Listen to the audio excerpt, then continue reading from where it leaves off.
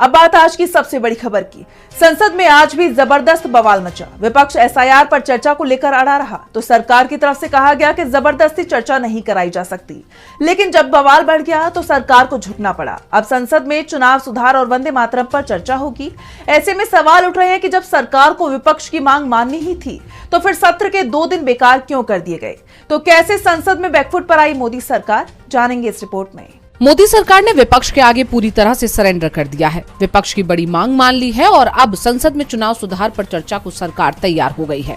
9 दिसंबर को electoral reforms यानी चुनावी सुधारों पर 10 घंटे बहस होगी। इससे पहले 8 दिसंबर को वंदे मातरम पर चर्चा होगी। इसके लिए भी 10 घंटे का समय तय किया गया है। संसद में चुनाव सुधार पर चर्चा कराने का ऐलान संसदीय कार्य मंत्री किरेन रिजिजू ने राज्यसभा में किया, क्योंकि लोकसभा उससे पहले ही दिन भर के लिए स्थगित हो चुकी थी। दरअसल एसआईआर पर चर्चा की मांग के चलते ही लोकसभा की कार्रवाई नहीं हो पाई।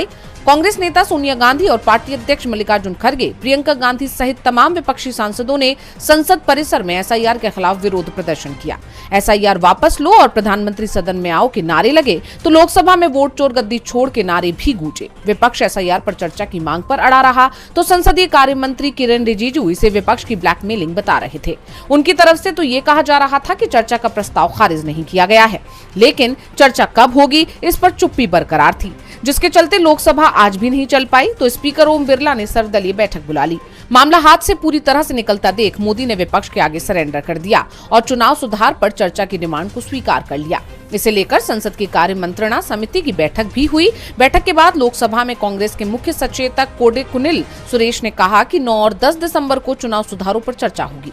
जरूरत पड़ने पर समय बढ़ाया जा सकता है। इस बीच राज्यसभा में मणिपुर जीएसटी बिल को ध्वनि मत से पास कर दिया गया। लोकसभा पहले ही इसे पास कर चुकी है। संसद में मोदी सरकार बैकफुट पर दिखाई दे रही है तो संचार साथी ऐप पर भी सरकार ने यू टर्न ले लिया है। सरकार की तरफ से फोन कंपनियों को संचार साथी ऐप प्री इंस्टॉल के निर्देश देने के बाद सियासत गर्मा गई। विपक्ष की तरफ से इस निर्देश को आम आदमी की प्राइवेसी का उल्लंघन बताया जा रहा है, तो वहीं कांग्रेस सांसद प्रियंका गांधी ने इसे जासूसी वाला ऐप कहते हुए सरकार पर बड़ा हमला बोला। तो क्या है पूरी खबर, जानेंगे इस रिपोर्ट में। डिपार्टमेंट ऑफ टेलीकम्युनिकेशंस ने मोबाइल बनाने वाली कंपनियों को निर्देश दिया है कि वो आगे आने वाले अपने सभी मोबाइल फोन में संचार साथी ऐप प्री इंस्टॉल करें। साथ ही स्मार्टफोन निर्माता इस बात को सुनिश्चित करे कि ऐप को ना तो डीएक्टिवेट किया जाएगा और ना ही इस पर किसी भी तरह की पाबंदियां लगे। सरकार के इस फैसले पर विपक्ष ने कड़ा विरोध जताया। कांग्रेस सांसद प्रियंका गांधी ने कहा कि ये एक जासूसी ऐप है, ये मजाकिया है।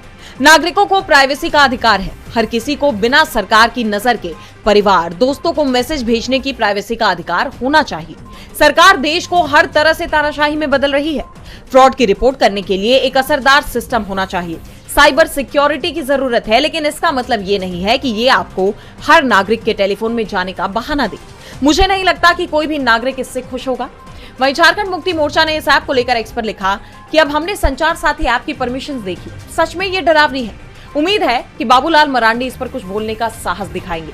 ये ऐप हमारी कितनी पर्सनल चीजों तक पहुंच मांग रहा है, जरा खुद समझे आप। कैमरा मतलब फोटो और वीडियो तक सीधा एक्सेस, किसी भी वक्त कैमरा यूज हो सकता है।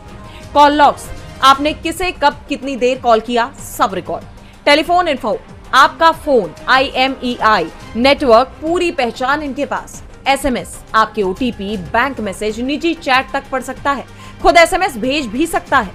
स्टोरेज, आपकी फोटो, फाइलें, डॉक्यूमेंट सब देख भी सकता है, डिलीट भी कर सकता है। Network access, internet notifications, background में चलना, सब कुछ कंट्रोल। सवाल यह है कि भाजपा के सरकारी सेवा ऐप को हमारी इतनी प्राइवेट चीजों की जरूरत क्यों है?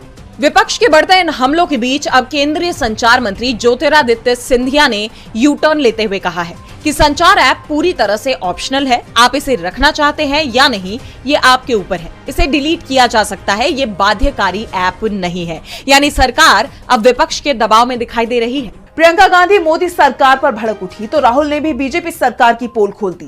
कांग्रेस सांसद राहुल गांधी मिशन गुजरात में जुटे हुए हैं। राज्य में बढ़ती नशाखोरी, अवैध शराब की बाढ़ और बढ़ रहे अपराधों के विरोध में कांग्रेस जन आक्रोश यात्रा निकाल रही है।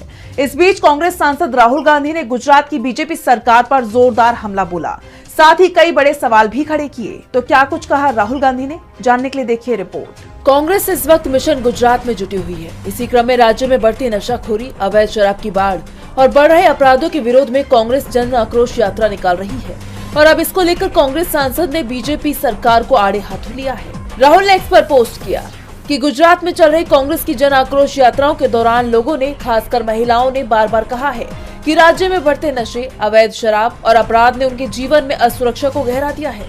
गुजरात महात्मा गांधी और सरदार पटेल की वो धरती है जहां सत्य, नैतिकता और न्याय की परंपरा रही है, मगर पिछले कुछ सालों से प्रदेश के युवाओं का भविष्य ड्रग्स और अपराध की अंधेरी दुनिया की तरफ धकेला जा रहा है।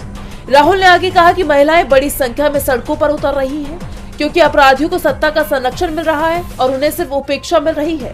इसके साथ ही उन्होंने सवाल किया कि गुजरात पूछ रहा है, बीजेपी सरकार चुप क्यों है? वो कौन बीजेपी मंत्री है जिसके संरक्षण में ये सब चल रहा है? गुजरात के गद्दारों को क्यों बचाया जा रहा है? एक और बड़ा मुद्दा जो यात्रा के दौरान हर बैठक में सामने आया, वो किसानों का है। हाल ही की भीषण बाढ़ ने हजारों गुजराती परिवारों को तबाह कर दिया और किसानों की फसलें बर्बाद हो गई। जब नरेंद्र मोदी गुजरात के मुख्यमंत्री थे तो राहत पैकेज की बातों की रट रुकती नहीं थी। आज गुजरात डूबा है, डबल इंजन सरकार है, वो प्रधानमंत्री है और न पर्याप्त राहत दिख रही है, न संवेदना। गुजरात में भयानक जन आक्रोश है। हर परिवार अपने बच्चों के भविष्य को लेकर चिंतित है। हर परिवार पूछ रहा है कि किसानों का कर्ज माफ क्यों नहीं किया गया।